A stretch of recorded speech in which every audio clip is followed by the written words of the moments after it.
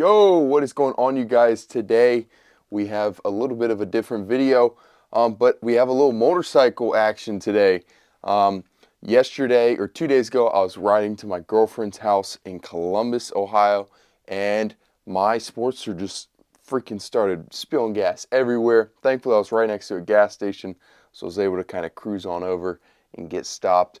But it was coming all out of the carburetor. I honestly couldn't pinpoint exactly where it was coming out of, like if it was coming out of one of the fuel tubes, or honestly don't know. So today, that's kind of what I want to show you guys. I got to take the carb off, hopefully get it apart and try to fix it. So I'm just bringing you guys along for all that craziness. I've never taken a carburetor apart, so we'll see what we can get done. We'll see if we can problem shoot it and get whatever it is fixed. But besides that, we have shoulders today as well. So probably going to show a little bit of my shoulder workout as well. But today's focus is the carburetor on my Sportster 883. So let's go ahead and get down there and dive into things. All right, you guys, we are in the garage now. Just got the Sporty off the trailer. I thought I was going to have to jack it up to like have a good look at everything, but the carburetor's pretty exposed, so I think it'll be fine working on it on the ground. So we're gonna go ahead and get this filter off first, and then see if we can't get the carb off and see where things go.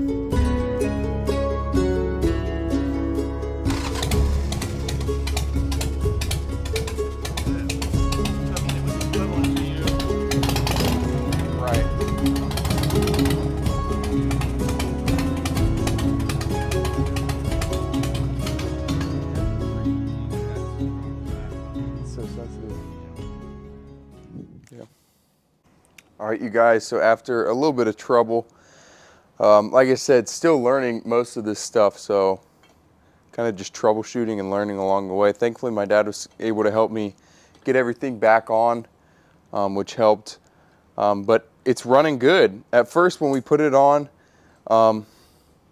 it was sounding like it was like full choke, and thankfully we figured out that it was actually just the throttle cable wasn't farther enough down into the carburetor, so we adjusted that and now it sounds great. So we'll go ahead and fire it up once we get everything back on. We're not seeing any leaks right now, so my guess is it was just one of the lines that was leaking that I couldn't see, or the float bottom was not on tight enough. I don't know, honestly, but it's doing fine now, and we'll take it for a ride probably today or tomorrow to test it, but let's go ahead and fire it up. Let's see what we got here.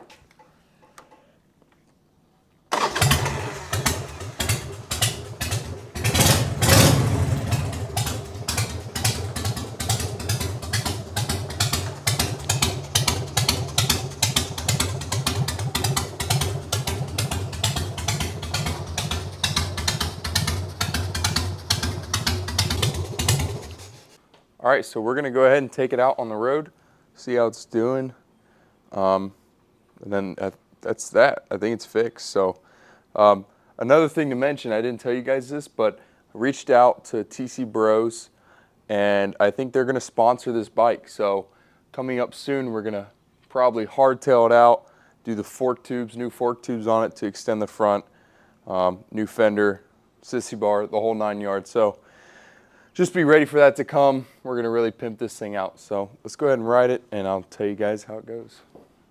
All right, so we just took it out for a ride. Everything seemed fine, nothing was leaking. So that wraps up that. Let's go ahead and get into the gym. We have shoulders today, so let's go kill some shoulders. If you don't already know, shoulders are my favorite muscle group.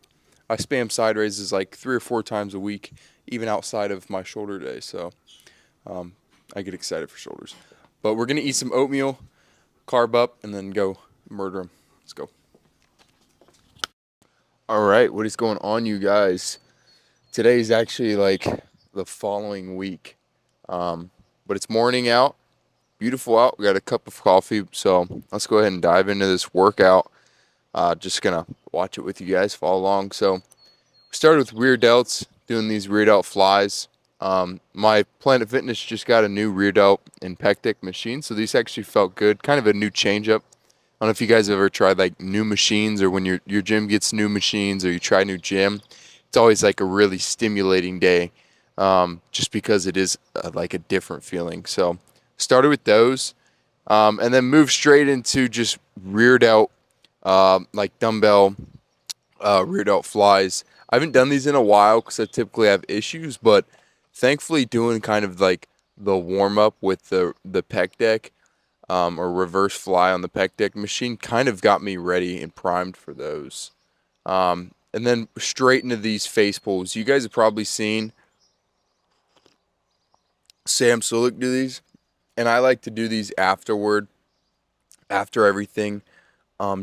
Because for me, if I do face pulls early on, I'm just going to use a lot of back. So threw these in at the end, with my back on the bench. What that does is kind of like just allows you to not like use any momentum at all. So that's kind of nice. I did like, I think 3 or 4 sets of each of these rear delt movements. I just didn't show too many sets of that first one, or first 2, but just repping these out. I've been trying to do rear delts before everything else. Honestly, I probably don't need to anymore, but I considered my rear delts lacking for a while there in the last year, but finally starting to catch them back up. And after I did those, I came back to these dumbbell rear delts, because they felt so good when I was actually doing them. So I figured if something feels good, just keep doing them. There's no point in trying to figure out, or trying to find something else if it doesn't feel as good. So that's one thing I've began to learn. in the gym is like, if something feels good, you got to realize like your body's different from everybody else. So don't be ashamed to just drill one movement that feels super good. Because if you feel it, there's no point in like moving on to something else that you're not going to feel as much. So that's why I went back to those. Here we started doing side raises, moving on to side delts, or the lateral head of the delt. Um, and with these, I kind of have like a little process for my side delts. In order to get the roundest shape that I've like, this is the process I've done to like get the roundest shape, and that's doing normal lateral raises, which are kind of like at an angle, like these here. And then after that, bringing the weights in front of me and doing kind of lateral raises with the weights out in front of me and then up. And it's almost like kind of like a high row sort of motion, but you're in front of you and doing your lateral raises like that.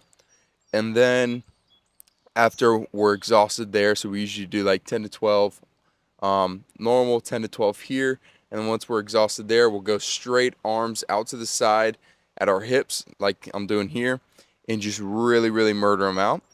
And I've found that doing those variations work a lot of the different muscle fibers, or a broader area of muscle fibers on that side lateral, or on the lateral head of the shoulder. Because you think you can do just normal lateral raises, but I mean, there's only certain muscle fibers that are getting fired. So when you kind of change up how you do them, there's thousands of muscle fibers. So it's okay to like still have that lateral movement, but change up, where that weight is landing, the angle that it's coming out, things like that. So that's kind of my thing. I like to do a lot of variations of side laterals just to kind of get the most potential out of my shoulder, and I don't want any dominating areas. And then these right here, these cables are not possibly, they are probably my favorite shoulder exercise right now. The tension is so insane, but it's also not too insane that I can't get the weight high. So what I like about this is the weight's pulling down and away from me across the body, but it's also able to come to the sides of me and up almost over my head if I really want to. So the pull on that shoulder is super insane, and it's nothing like your typical cable lateral raise. I hate like just standing lateral raises on the cable. So these are an awesome change up. I will say if you don't have the double, you can kind of see near my feet. It's like the double cable setup. You obviously can't do these, but if you do, I feel like a lot of gyms have them now. If you do, please, please, please try those. And you don't even have to hold on to the weight or onto the cable like I was doing there, or handle. You can also just put the handle around your arm, and that even takes out a little more. Um, if you have shoulder issues, you can put it higher up on your forearm, and that's going to help with alleviating some of that tension on the shoulder joint. And then I never do shoulder press, but I figured, you know what? My shoulders are super, super pumped. I might as well do shoulder press right now when I'm already fatigued. And instead of forcing myself to, go super heavy, when I do it later in the workout, I'm so fatigued that I don't have to go super heavy. So kind of saving the joint a little bit, saving that shoulder joint a little bit, but still being able to take the pressing motion to failure, if that makes sense. So a lot of times if you start with a shoulder press at the beginning of your workout, like you're going to be able to do a lot heavier weight once you're warmed up. And I just don't want that much weight on my shoulders. I don't want that much tension, and um, you know, I don't want that weighing down on my shoulders. I just feel like it's a sketchy movement. It's kind of like bench press or squat. Like it's good. It builds a lot of muscles because or builds good muscle because it's such a compound movement and it's hard to do. But it's also like, for me, my shoulders are really sensitive, so I just try to stay away from them, pre-fatigue it out with something else, and then come back and do shoulder press if I am actually doing it that day. So getting pretty deep into the cut, as you can see.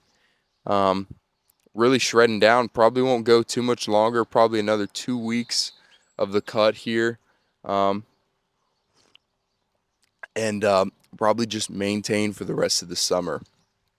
And that's something I do here a lot.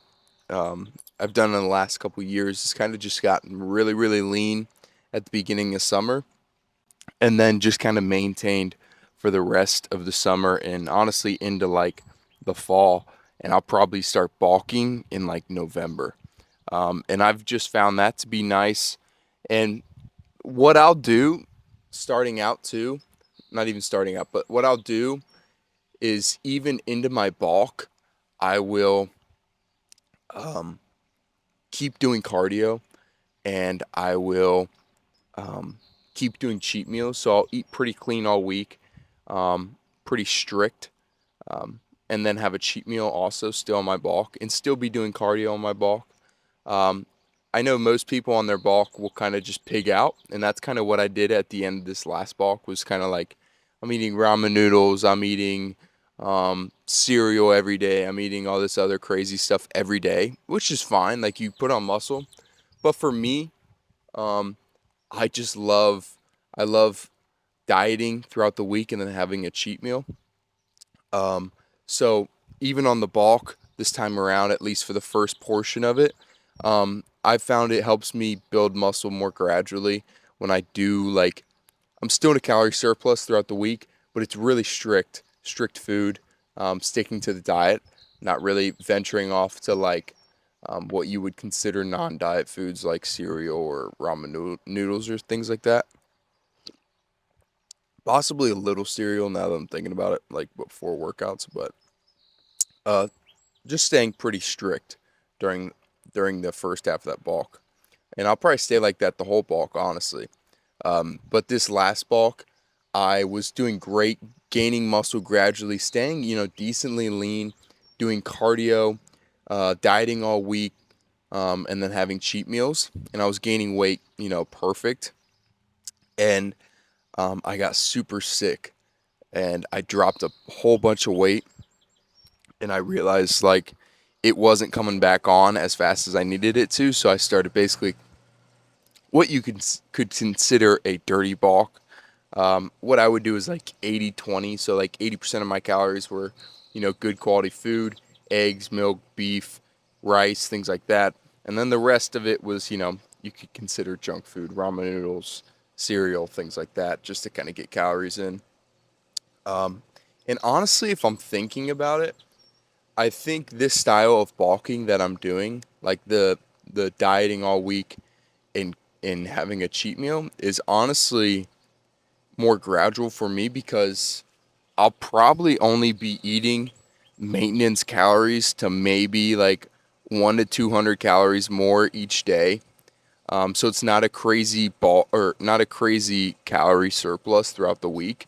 And then when I have that cheat meal, it's just a little more calories and it just adds a little bit more. So it's kind of like gradual if you look at it over a week's basis.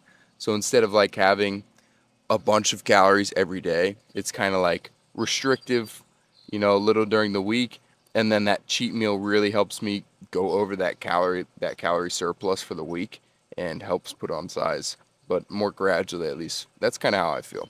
So take it how you will. Everyone bulks differently. Um, I would say the biggest thing for me is to bulk gradually. I would much rather see someone um, kind of get out of this bulking and cutting phase sort of deal that I'm in. For me, I'm not too worried about it because I have the size that I want and I know I can get lean. So I'm not too worried about like putting on a whole bunch of size during my bulks. But if you're a young kid, like in high school, and you want to get big, my biggest advice is literally bulk like a crazy bulk, or at least gradual bulk for 2, 3 years, maybe even more, because you're in high school or you're in middle school or you're still young.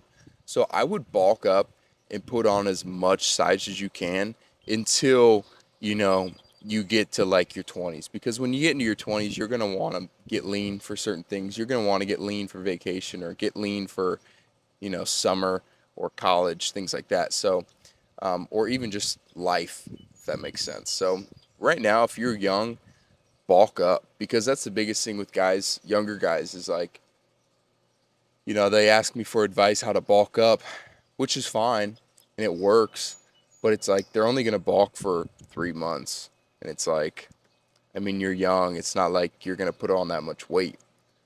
So I think that's what was good for me being in football growing up, and in high school and in college, was it was a constant bulk all the time.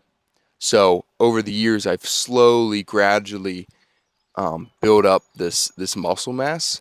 And now that I'm in this bulking cutting phase where I go in and out, I'm revealing the muscle that I've put on gradually over a long period of time, instead of having the bulking cutting phase, coming up, if that makes sense.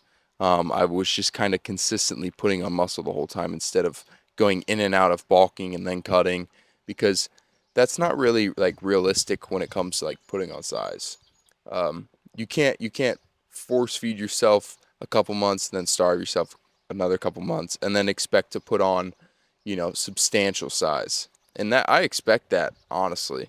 I have by no means am expecting to put on a bunch of weight for my bulks right now. 5 to 10 pounds, honestly, I'm fine with. So that's gonna wrap up today's video. I kind of rambled, so hopefully all that made sense. We're going to have a cool video for the next video. Actually, no, 2 videos for now. From now, which I'm filming today. It's going to be an awesome video. I hope you guys like it. Doing a little project with my buddy. So I'm hoping we can put something cool together. We're going to start doing more like cinematic stuff, well thought out videos, stories, things like that, along with this stuff. But I just really want to venture into more high quality content, and me and my buddy are really going to collaborate and do something awesome with that. And then also I was thinking about maybe doing like food reviews. Everyone likes to see my cheat meals on Instagram and things like that. So maybe we can do like cheat days slash like almost like Guy Fieri like food reviews, where like I can get permission to come in to like a cool mom and pop shop and like review or show how they make their pizza, show how they make their their hoagies or something, and then review the food and do like a cheat day video. And maybe that could become like a cool series, like traveling the country, doing like maybe not traveling the country, but traveling around and doing different like reviews, and not only helping my content because people like to see me eat as a bodybuilder, but also to help these restaurants kind of market themselves. So maybe something to consider. Drop a comment down below what you think. If you haven't already, please subscribe, like this video, and we'll see you next time.